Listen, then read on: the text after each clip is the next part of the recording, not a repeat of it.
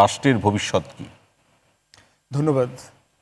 প্রথম কথা হচ্ছে যে আমলাতন্ত্র হচ্ছে রাষ্ট্র পরিচালনার একটা অপরিহার্য জিনিস, ইনএভিটেবল, এবং এটা হিস্ট্রি থেকে যতদিন থেকে আমরা গভর্নেন্স সম্পর্কে জানি ততদিন পর্যন্ত এটা আমলাতন্ত্রের হিস্ট্রিকে ব্যাক করানো যাবে আর কি। বাংলাদেশে পার্টিকুলারলি প্রবলেমটা শুরু হয়েছে স্বাধীনতা যুদ্ধের পরে, যে তোফায়েল ক্যাডার বলে একটা কথা আছে, যারা ওল্ড এনাফ, স্যারদের বয়সে যারা অথবা আজিজ ভাইদের বয়সে যারা আছেন তারা হয়তো মনে করতে পারবেন যে যুদ্ধের পরে 72-73 সালে এই তোফায়েল আহমেদের চিঠিতে তখন প্রচুর সরকারি কর্মকর্তা কর্মচারীকে নিয়োগ দেওয়া হয়েছে। একটা এক্সাম্পল দেই, যে এখন জেলে গেছেন সাবেক প্রধান নির্বাচন কমিশনার নুরুল হুদা। সে হচ্ছে এরকম পরীক্ষা ছাড়া খুবই লো গ্রেডের একটা স্টুডেন্ট, সম্ভবত 3rd ক্লাস পাওয়া স্টুডেন্ট। এরকম একটা স্টুডেন্ট তোফায়েল আহমেদের চিঠিতে সে আমলা হয়েছে।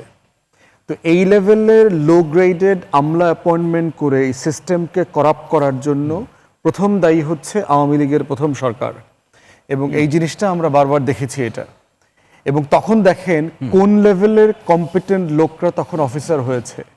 সিএসপি অফিসার যাদেরকে বলতাম তাদের কয়েক ডজনকে পার্সোনালি রিটায়ার্ড অফিসারদেরকে আমি চিনি, যেই লেভেলের তাদের লেখাপড়া আছে, অ্যাটিটিউড, বিহেভিয়ার, তাদের পাবলিকেশন, বই লেখা, জ্ঞান, সব কিছু মেলায় মানে অসাধারণ। এবং এটা কিন্তু আপনার আমাদের বিএমএ মিলিটারি একাডেমি ট্রেনিংয়ের মতো, তখন সিএসপি অফিসারদেরকে কিন্তু আপনার পাকিস্তানে নিয়ে যাওয়া হতো। 2 বছরের ট্রেনিং ছিল, এবং এই 2 বছরের ট্রেনিংয়ের ভিতরে তাদেরকে মিলিটারি ট্রেনিংও দেওয়া হতো। মানে একটা রাষ্ট্রের প্রজাতন্ত্রের কর্মচারী বলতে যা যা বোঝানো হয় সেই ট্রেনিং দিয়ে তাদেরকে যোগ্য করে তোলা হয়েছে এবং কালচার্ট করে তোলা 2 বছরের মধ্যে। এরপরে তাদেরকে পোস্টিং দেয়া। সেইখানে নুরুল হুদা টাইপের 3rd ক্লাস তোফায়েল ক্যাডাররা এসে যেটা করেছে, আমলাতন্ত্রকে প্রথমবারের মতো হাইলি পলিউটেড করে ফেললো। এবং তারপরে যোগ হয়েছে এই যে নিজেদের লোক নিয়োগ দেওয়ার যে প্রক্রিয়া এখন যে হচ্ছে, এখানে কি সেই বিতর্ক মুক্ত দেখছেন? সার্টেনলি না, এটা কন্টিনিউ চলেছে। শহীদ প্রেসিডেন্ট জিয়াউর রহমান এবং জেনারেল এরশাদ এই জায়গাতে রিলেটিভলি বেটার, এখানে তারা কম ইন্টারফেয়ার করেছে।